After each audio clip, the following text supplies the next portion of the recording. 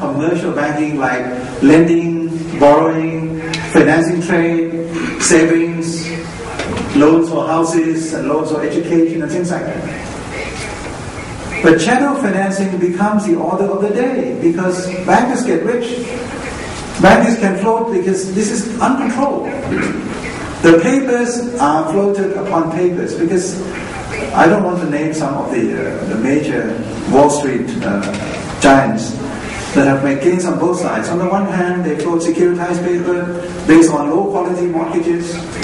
On the other hand, they float papers to guarantee those who have bought this, because they know they've been floating very low quality assets. So on the other hand, they say, if you buy all this asset, you better buy this guarantee as well. Because otherwise you might get hurt, because we put all this bad mortgage together to make one good securitized paper. So they earn on every front. They make people speculate in commodities. Even one of the most efficient insurance firms of the world has gone very up because of their speculation in derivatives, and particularly in credit default swap, which is none of their business. AIG was doing very well. This I can mention because Desarrollo I can mention.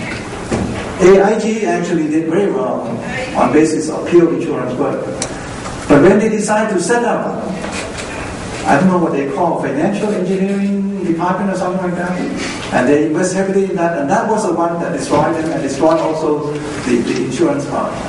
Only when they became, when the US government nationalized them, put in the huge funds, so they survived up till now. I can go on with the kind of financialization, but you've seen in Asia in the 1990s. It was particularly the speculation of the hedge fund that has brought a downfall of countries in Asia. Of course, Asian economies have been borrowing heavily, but it's not the governments that have been borrowing heavily in the 1990s in Asia. It was the private sector who went into borrowing spree, and mainly driven by the financial liberalization upon the advice of the International Monetary Fund. So early and over-hasty liberalization effort in the financial sectors didn't bring benefits to all these countries in Asia. In fact, it results in trade, in contraction of trade, contraction of GDP to the tune of 30% in a couple of years' time.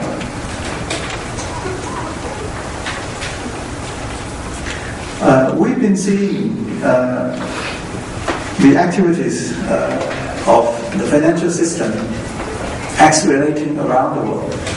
In the US, the financial system in the US accounts for something like 8% of the economic value added, of the net output in the US. 8%. The profits that has been gained by the US financial system is about 40%. Profits made 40% of the total economic system in the US. But the value added in contribution to production, new activities and things like that is only 8%. In Switzerland, the size of one bank is about twice the size of the GDP of Switzerland.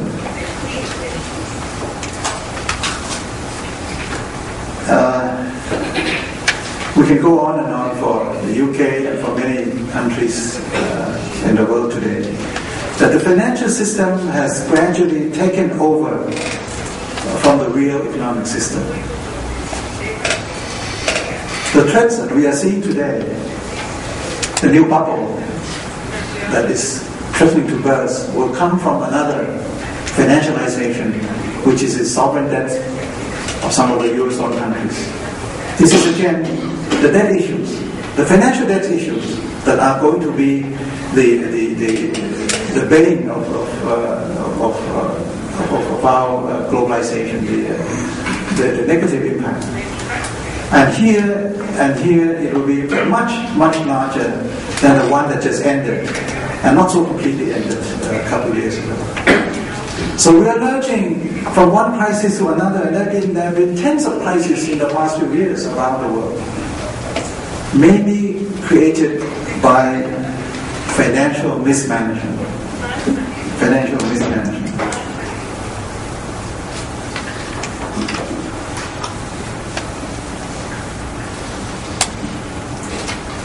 I would like to bring this into connection with the European countries a little bit more. Although, as you can see, financial mismanagement impacting both on developed and developing countries alike. In the 1990s, it impacted upon developing countries in Asia. And advanced countries were saying, this is your practices of cronyism. You've gone into cronyism, you lend money on to your friends, so you go into this kind of crisis. But you look at the same crisis happening much larger scale, at an extreme scale, happening in the advanced countries, United States and in Europe.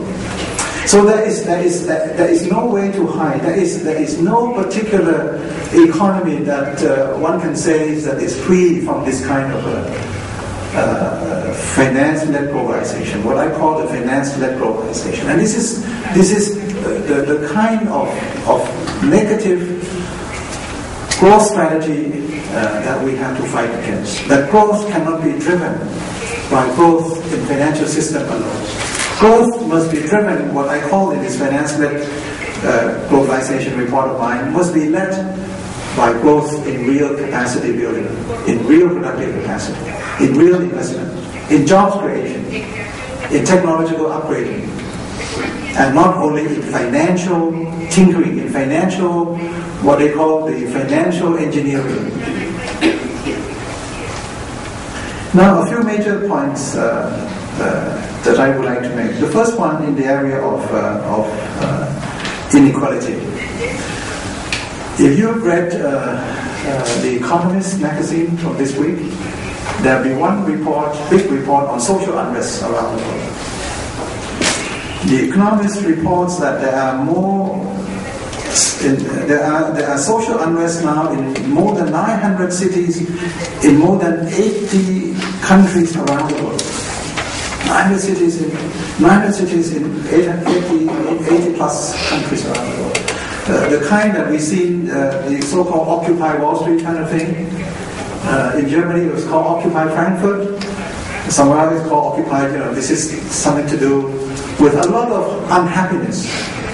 A lot of complaints about how financial system has been getting all the privileges that the normal sectors do not get. You can see the results of the too big to fail. Too big to fail.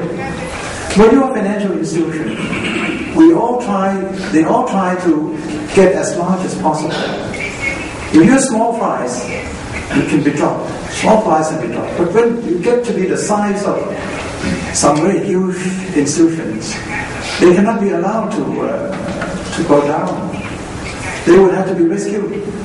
And so this is one moral hazard, one big moral hazard, that major bankers still will be able to practice unlimited risk-taking and unlimited greed. Because unlimited greed and unlimited risk-taking will give them the kind of bonuses that they all enjoy. So what we call, they privatize the profits of banking. They privatize the profit of banking, and they socialize the cost of financial failures. Because all those who have been pocketing all the bonuses at the time that they were doing the same mistakes, but they were not yet at the end of the day. They did not have to cough it out. They didn't have to be compensated or just lose their pocketed bonuses, because the whole bank is going to lose its capital equity. It was a government who came in and supported the huge debt that is accumulated in the United States, in Iceland, in Iceland, in various countries around the world. Ireland was completely because of the bankruptcy in the financial system that the government of Ireland is now in difficulty. And not because of difficulties of excess borrowing in the public sector. It was mainly the collapse of the banking system. So this is the kind of inequality that I would like to raise. Of course, this inequality in treatment, in the way bankers are spatial breed of people, it flows into the unequal income, unequal tax treatment. You heard Mr. Warren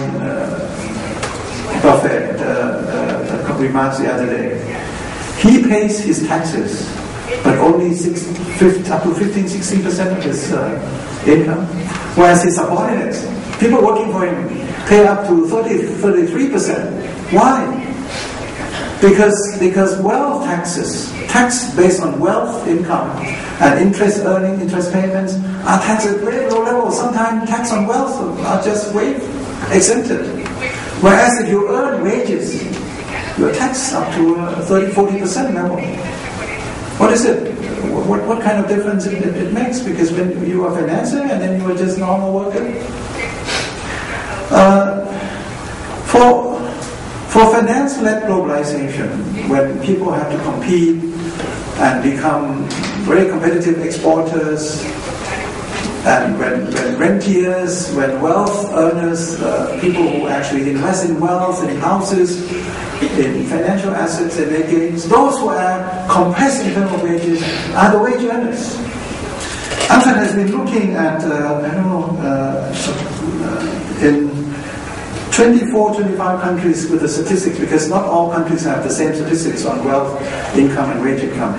We looked at 24 countries and we've seen that 17 out of 24 countries, that wage share has been declining on a consistent basis as compared to shares of wealth income. So what is this? This is what I call finance-led globalization, finance-led development strategy. Only those, and again some of my colleagues, economists in the United States, keep saying that some of their best students, when they finish school as economic students, as economists, the first choice that they go to work is for investment bank. They don't go and work for normal companies anymore. Not attractive enough. They go for investment banks. This is the inequality issue. The second one is the debt-driven growth. You know, banks in the past, in the younger days of all of us, particularly in my younger days, you go to bank to deposit money, save money for your rainy days, and then you go and borrow monies during the time that you need. These days, banks do not care about encouraging customers to save. What they do is to encourage you to consume. You must consume more. You must eat more. You must go more on holidays. You must buy 3 more cars, 5 more television sets. You must buy the latest computer, iPad, iPods, everything. And we will give you unlimited access to loans. You see what happens? This is debt-driven, finance-led kind of strategy. And it permeates not only United States economy. It's in our economy here, it's in Asia, it's everywhere in the world. When you have one credit card, normally sometimes you don't actually need the one credit card. Or some young guys who don't have regular income, they have credit cards issued by their parents. The bank will tell you, look, just one credit card, not enough. You have to charge for this, charge for that. We'll come with different credit cards for you. And so the huge piling of debts based on credit cards are now ruining the banks around the world, not only in the US. All this because of debt-driven consumer financing. While Asia household saves, the household debt in Asia is about 40% of their income, household income. The household debt in the United States is about 100% of their income, or even more in the peak of the recession. So what it means is that households in the United States or in richer countries, they save and they do not save. And again, mainly driven by finance-led globalization. The banking system that has moved away from the normal, traditional banking system into finance-led kind of growth. And this is growing in Asia.